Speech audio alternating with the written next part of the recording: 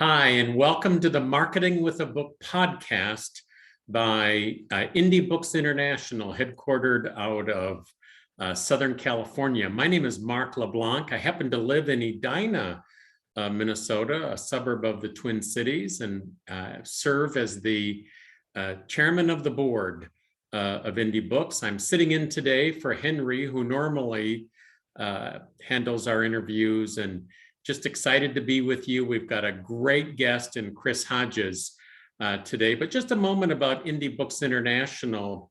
You know, there's a lot of opportunities to self-publish or publish a book. And, you know, we have a little different philosophy at Indie Books, and it sounds kind of odd, but it's less about the book and it's more about what the book will lead to.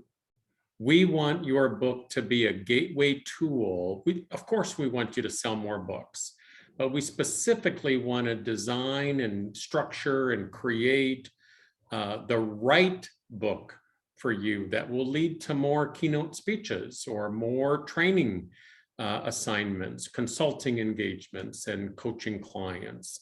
That's the key. We know that too many people have self-published crappy books. And even worse is somebody who self-publishes a good book with the wrong title or the wrong subtitle or the wrong or poorly structured table of contents. And that's our superpower here at Indie Books International. Every week we interview one of our authors or another author that we've come to know and respect. And what we do first off is we just sort of go around and with the authors that are here, have them share their name and where they're from and a little bit about their previous book, their current book project, or their next book project. And I'm going to go first to Larry and then to Steve. All right. Hi, everybody. My name is Larry Haas. My background here is Palos Verdes, California, but I actually am coming to you from Redondo Beach, California, which is about 10 miles away. My book, published in 2017, I'll call it the first book, is SOS to ROI. And it's about how to go from distress, SOS, to success. And sometimes distress is a problem that needs to be solved. Sometimes it's an opportunity and a big wave we need to catch. Either way, the book helps solve it. My next book is going to be about how to be a technology power presenter, because a lot of engineers don't know how to speak very well, and I'm pretty darn good at that. So thanks very much. Off to you, Mark. Thank you, Larry. And we are looking forward to your interview coming up as well. Next, Steve. Yeah, thank you. I'm Steve Swavely. I'm in Hendersonville, North Carolina. And the working title of my book is Optimal Team Performance. And the subtitle is The Power of Neuropsychology to Optimize Your Leadership. I'm a clinical neuropsychologist turned leadership expert. Steve, you must be very smart. Well, my wife doesn't think so, but She doesn't. I can fool most other people. She may not admit it, but I'm sure she does. And my name is Mark LeBlanc, as I shared with you earlier, and my current book project is bringing in the business that I am co-authoring with Henry and David Goldman. Next up, we're going to introduce Chris. Devin, can you put a little pin light on me? There we go. We have with us today Chris Hodges, the author of the book Noble Automation Now. Chris, it's nice to have you with us. Christopher Hodges is the author of Noble Automation Now, is an executive consultant and speaker. For over 25 years as a GE corporate executive and consulting partner at Accenture and Deloitte, he's helped Fortune 500 companies understand, apply, and lead with technology. He works with and trains business leaders on how to increase profits and build great teams. His clients learn to successfully embrace intelligent automation while inspiring their top talent to perform at their best each and every day. Chris, nice to have you with us. Mark, it's a pleasure. Thank you very much. I'm really happy to be here. You know, I recently ordered a copy of your book. I'm looking forward to hearing some of the answers that I've seen in the book about some of the stories. But first, I want to ask, can you give us a little bit of a window into your world? Take as much time as you need or want, but how did this book come to be and why now? It's a great question. I guess I can do that with three different stories that all point to the same thing. The idea of talking about automation and the term intelligent automation, and what intelligent automation means is using the automation tools that are available, the software automation tools, or in some cases, the hardware automation tools, using them in a way that maximizes the outcome for the stakeholders in the business. That's what the term noble automation is all about. So I was doing intelligent automation. I was the intelligent automation lead in Northern Europe from about 2015 to 2019. And as a result of that, I was selling and proposing these projects to a variety of different clients. And what I saw, I'll give you three little vignettes. One was the CFO of a large company in Denmark stood up in front of his company and he brought his whole finance team together. And he said, with a big stack of materials at the front of the podium, and he said, before I get into the presentation, I want to tell you all how excited I am about this automation stuff we're doing. And 50% of you will not work here in 2 years. And then he went on with the presentation, right? Inspiring. Yeah. And the joke I always say is, everyone went to LinkedIn, and who quits the company first is the best employee. So you're stuck with the dregs of the company after that. And he was interviewed the next day by the national press about that comment, and he stuck to it. He said, well, that's what's going to happen. So that was one example. Another example, I was involved in a consulting project in the beginning phase of this that was taken over by some of my peers. And they tried to force this very large automation project down a client's throat. When I say large, it was a $20 million project. Mm-hmm. And the incentives of the people were all out of whack. They were doing things for their own benefits, et cetera. They were forcing things into the client environment. And it ended like this. The automation team showed up in Spain and said, well, we're here to help you take out 50% of your workforce, and all the managers on site were paid for the size of their team. They're all rewarded for having a large team, right? Mm-hmm. So the consulting team shows up and says, let's get rid. And of course, the whole project was a complete failure. I was not involved in that portion of it, fortunately. But because I had been so involved up front, I just thought this is so painful. And then another example, this is a positive one, is after I had seen a bunch of these things go wrong, I worked with a client, young client. It reminded me of, kind of my much earlier days, but young guy had this operations role, and he had a very visionary CEO. So this young guy and the CEO, and I tell the story in the book, the young guy and the CEO literally meet in the building, and they know the company's under immense pressure. And the young guy thinks he can do something with this intelligent automation stuff. He doesn't really know what it is, but he's pinned in the elevator with the CEO, and he says, well, I have an idea. And the CEO says, give me a plan in 30 days. And I happened to be in Stockholm working at the time when this takes place. And he called us and said, what can we do?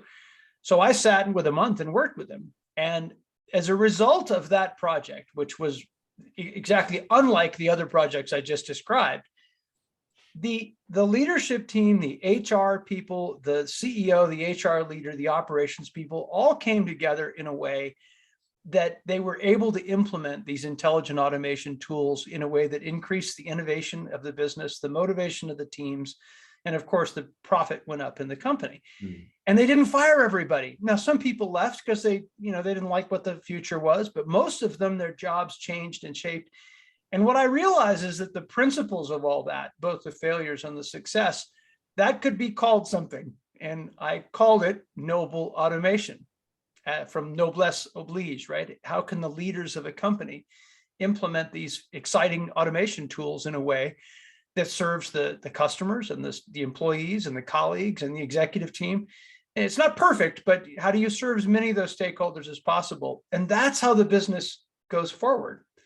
And so when you compile enough horrible failures and some success stories together, it starts to become a pretty clear methodology and an approach. And that's what I did it. And Mark, you and I had talked earlier before we went live about an example. I was driving through Belgium with my wife. This is about 2016 or 17. And we stopped at a McDonald's. And this is the first time I had seen a McDonald's with all the touch screens to order. And as soon as I saw him being, an automation and a process guy, I said, this is how the Europeans deal with high labor rates. And so what that means is when new technology gets introduced, how do you deal with the employees that you already have? How do you help them find a journey that allows them to be more human and do more interesting things and help the company grow? So that's the essence of the essence of the book, and the approach was to put those factors, the technology and the leadership together to make the best possible outcome for people. And it's doable. It's doable because I've been involved in it. I've seen it. I've seen some heroic people do some great things. And I thought, so back to marketing your services with a book. Why write a book? Because I've done a bunch of that in consulting, right? Well, because people want to know that you've codified what you've learned. They want to know what it looks like, what it feels like, and they want to absorb that on the couch themselves or in the plane or whatever. And they want to know that you have enough credibility to your story to be able to engage you, and to engage you either speaking or to engage you in consulting to come help them solve their problems. And that it's not a dirty secret. It's just a quiet secret among authors, I think. And that is, until you write the book, I don't think you really have formalized your approach yet. You have the ideas and you've practiced the bits and pieces, right? But when you have to write it down, knowing some editor is going to read it and say, what do you mean by that? Right? And then some client is going to say, chapter 5, well, what in the world was that? That's why I think it's very powerful in writing a book, is to put it in writing and talk about what you're going to do. So that's how we got here today. Chris, when I went through your book, I think, and I guess I would consider myself a mere mortal when it comes to technology and automation. Your book is really less about robots and technology. It's more about the human side. It is. And to put it in a word, maybe 2 words, but I'll start with one. It's more about resistance. It's about overcoming resistance. And if you say, well, okay, we're going to overcome resistance. Well, why are people resisting? Well, they're resisting because they're afraid. Well, why are they afraid? Because you haven't informed them of what this stuff actually is, and adults don't like to stand up and look stupid. So why don't we make sure, right? So it's this cascading why, right? And then they're also afraid because they're like that CFO who walked in the room and said 50% of you are going to leave. They're terrified that people are going to clumsily fire people and not care about them, et cetera. So if you can't overcome resistance, you're never going to be able to implement these wonderful things. And the best way to overcome resistance is to help humans be heroes, that's a big rallying cry from my book. Help humans be heroes in the age of automation. That's fascinating because as someone who is out and about buying things and using services, I'm sensing a lot of resistance. I mean, obviously, we've got resistance inside an organization, but even the consumer resistance to the, now you go into McDonald's here, as you shared in Europe, you go into a McDonald's now, and part of it, I think, was the pandemic. But I don't think the pandemic caused any of this. I think it possibly accelerated it. Yeah. But you walk into a McDonald's, you're walking up to a kiosk and a screen and you're placing your order. Right. I recently rented a U-Haul van for a short haul, just an afternoon. And I walked in and everything had to be done on my smartphone. So even the one attendant that was in this rental center said, give me your phone and let me help you navigate it online. And then he said, oh, by the way, when you bring the van back, you can check out with the app. And of course, that just sort of scares the heck out of me when somebody says, well, you know, it's really easy.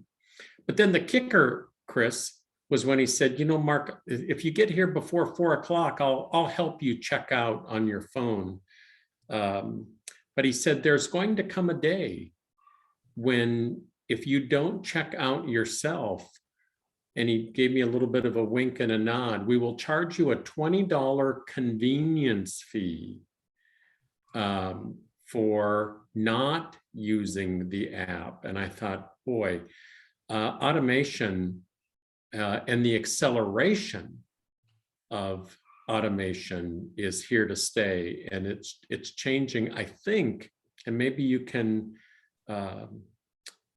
add some insight or nuances. I mean, it's happening, it's coming fast.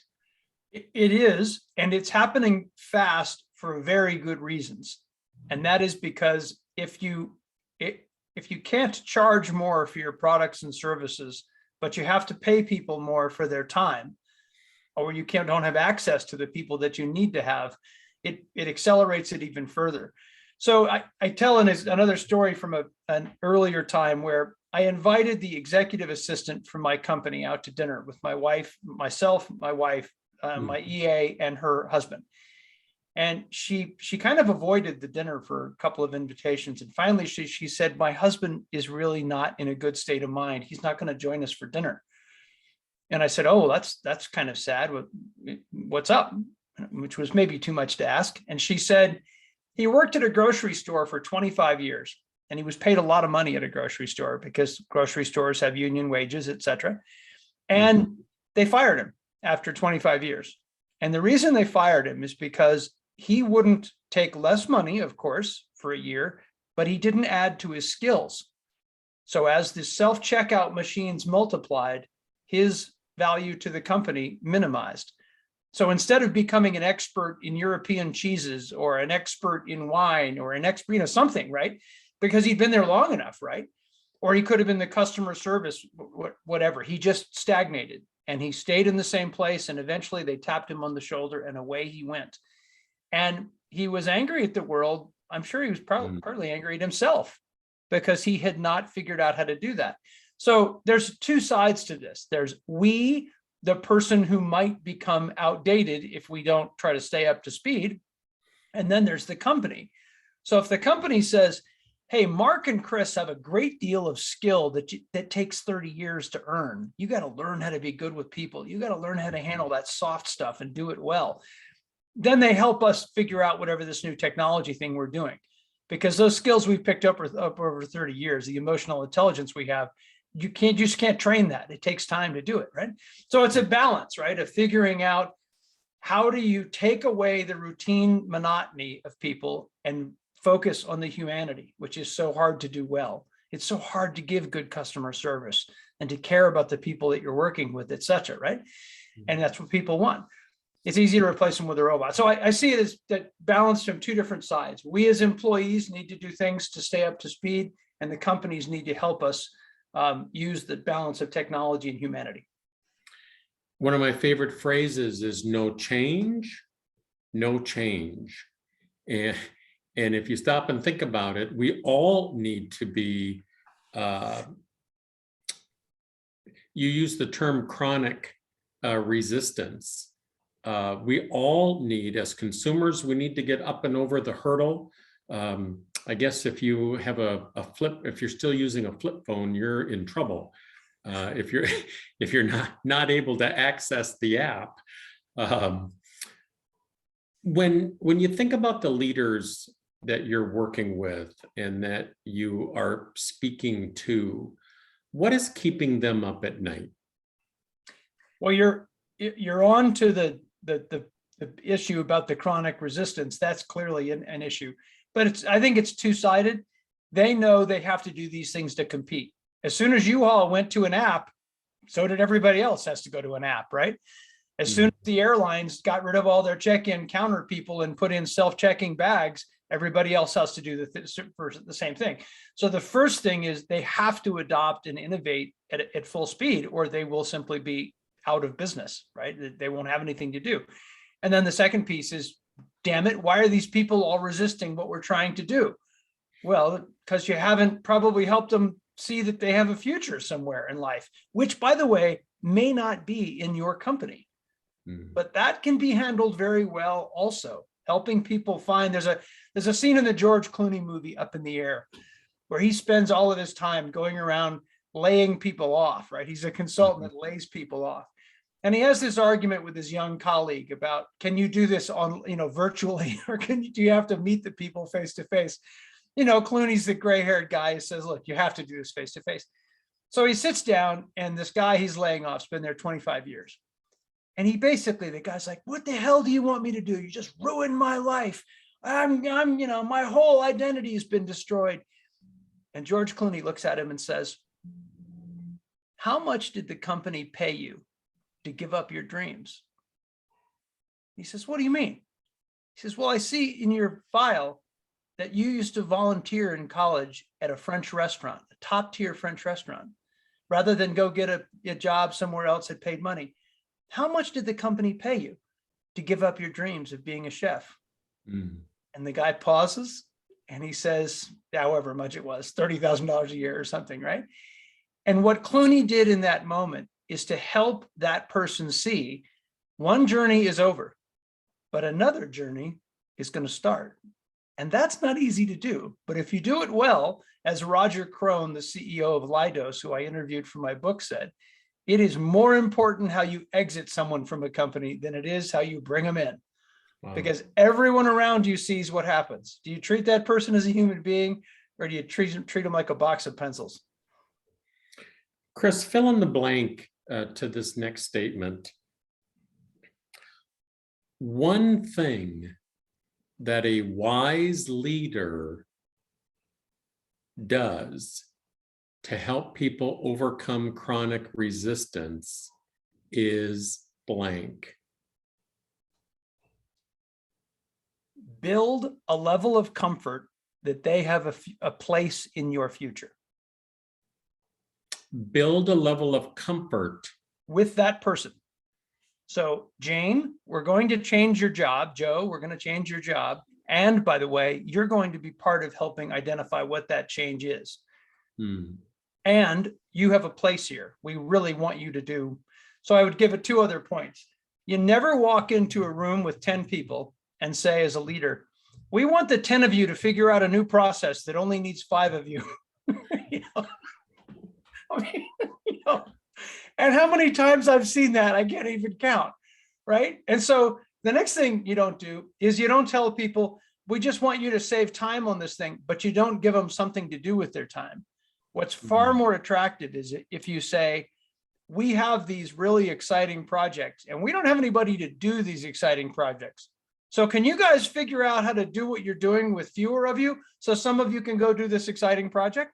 And then the people who want to do the same thing stay. The people who want to go do the exciting, but they see a vision. So the one thing a leader can do is help a person connect the dots between where they are now and what the next thing is. And that lowers the fear and it lowers the chronic resistance.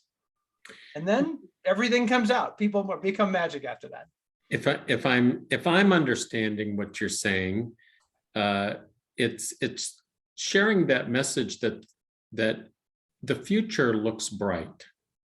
For you personally. For you personally. Right. That's got to do a lot to make somebody not only more comfortable in their position, but also maybe even recommit to owning their roles and responsibilities in a new way. Absolutely. And it's done far too rarely. Mm. And I just don't think that enough leaders understand that. They're so worried about their pressures they're facing as well, right? They have to do what their boss wants them to do. But the less they tell the people what's going on, the more they close down, and the less creativity you get out of what they're capable of doing. So in the age of automation, what I'm trying to say is offload the horrible things that keep people from being wonderful humans, give those to the robots, and then nurture and grow the humanity of the people you've got. Now, don't get me wrong, and I say this in the book pretty clearly, there are malcontents you should fire, period. End of story. There are malcontents you should fire. And what you should absolutely not do is spend 80% of your time on those malcontents, right? If you have malcontents, you got to get them out the door. The CHRO of Hasbro Toys, that was one of the points he made to me in the interview. He said, the first thing I do is find out if we have any of those people that are around, that are the pain in the ass, get those out of the business. That's not the challenge. The challenge is the good people who there's going to be some changes, and you need to help them see those changes. That one poison pill in the boardroom, or on the poison pill on the team, can do a lot of damage. And it does. It's absolutely toxic. I interviewed for this book. I interviewed 16 C-level leaders in depth, and they were CEOs, like the CEO of AIG, the CHRO of Edward Jones Investing, and JP Morgan, a bunch of I was amazed these people answered the phone. It was great. But they all had very consistent themes like that you simply have to treat these people. You treat people like you wish you'd been treated, right? That's so easily said and so seldom done. And when you introduce technology, you have to remember there's fear, because they don't know how this stuff works. What's going to happen with it? Is this going to, am I going to feel stupid when you implement this? Am I going to look like Mark resisting the app at the U-Haul place? I have to be careful not to do that. By the way, the rest of the story is I came back to return the van. The attendant was gone. I was back before the time that he indicated. And so I ended up needing to do it myself. And guess what?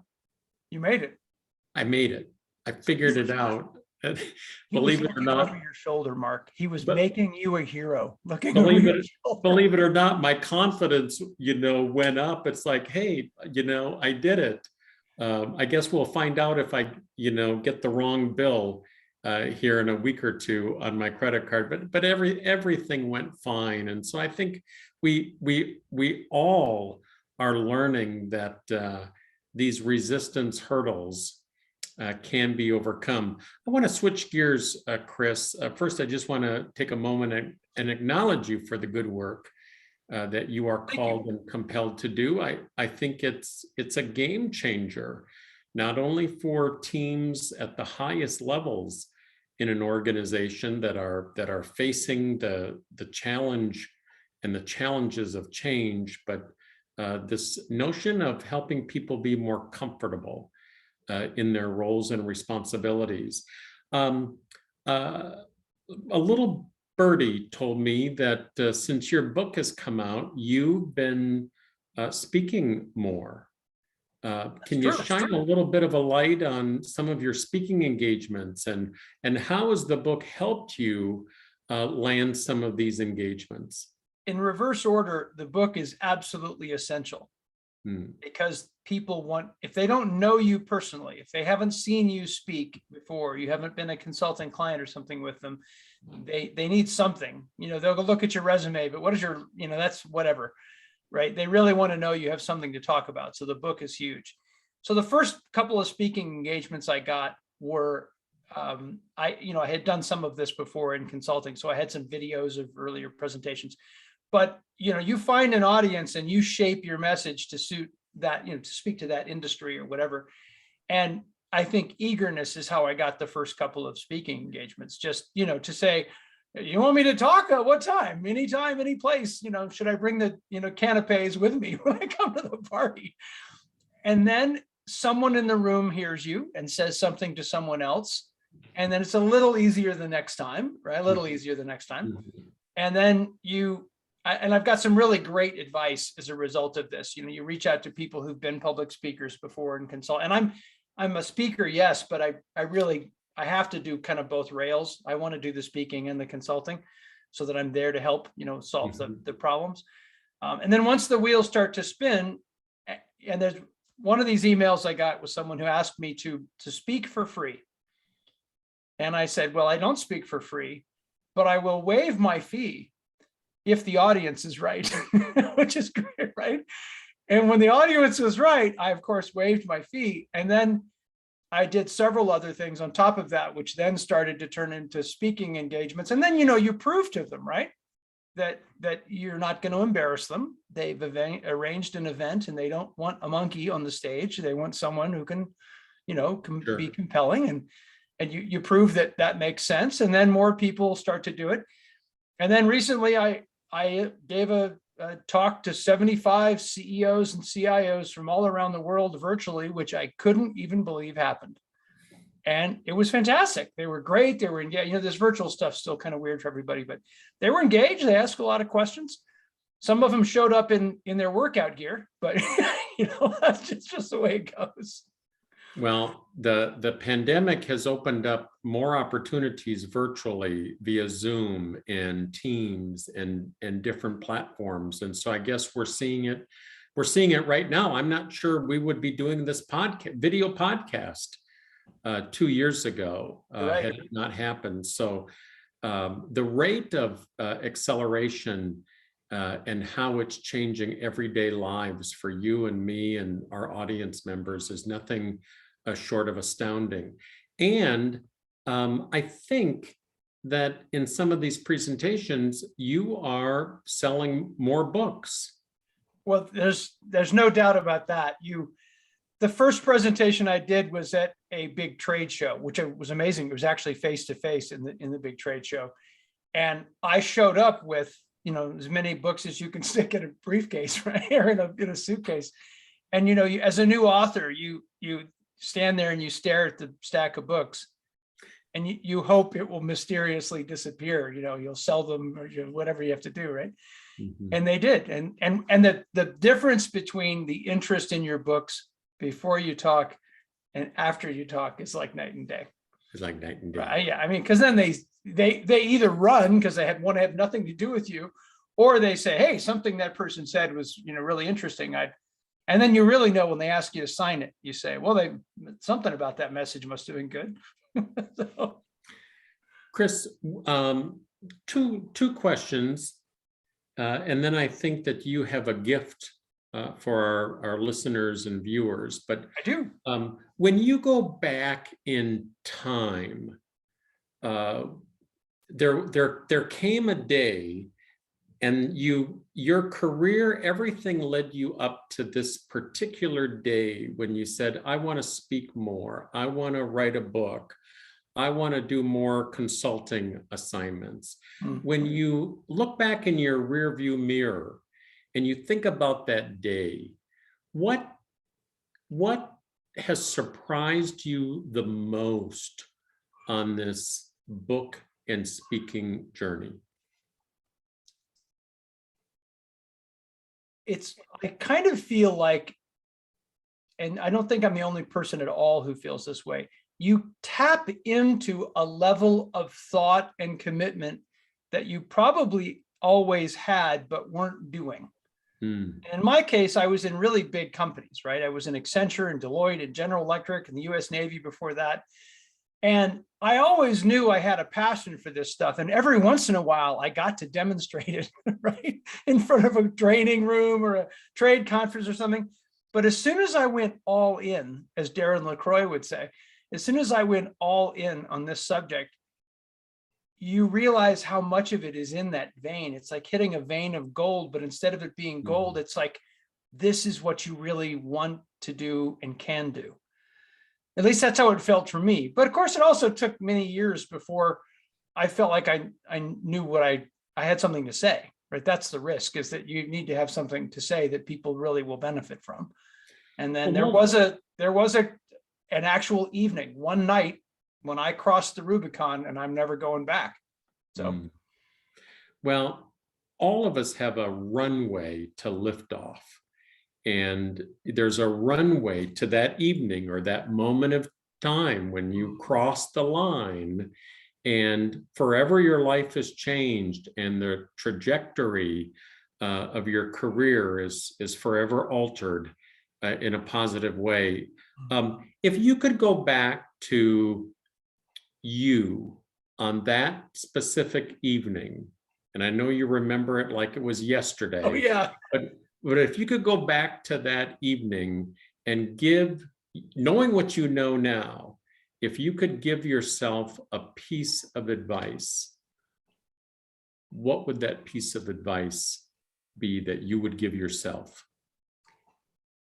That is a fantastic question.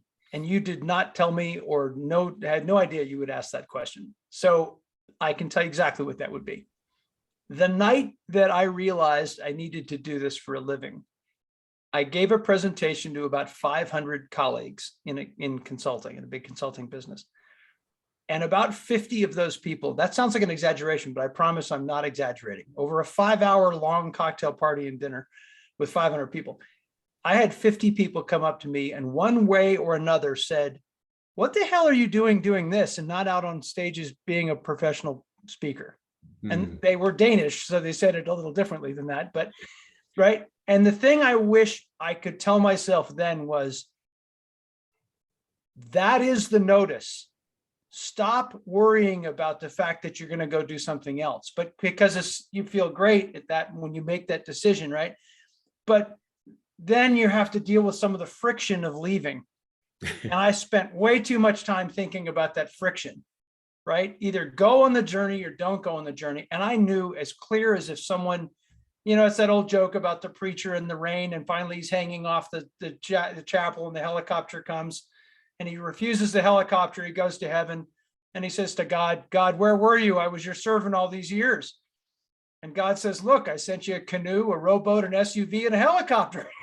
Sure. Right? I grab it and go. That's what I think I should have just grabbed it and gone. Not to be rude to anybody, but I knew that night it was as clear as day to go do it. Neat. Chris, would you just describe, I think you are open to sharing a gift with our viewers and listeners. Well, the ultimate gift, because I didn't have like a little short summary thing. So I would be happy to give away 51 gifts on this call, 51 gifts.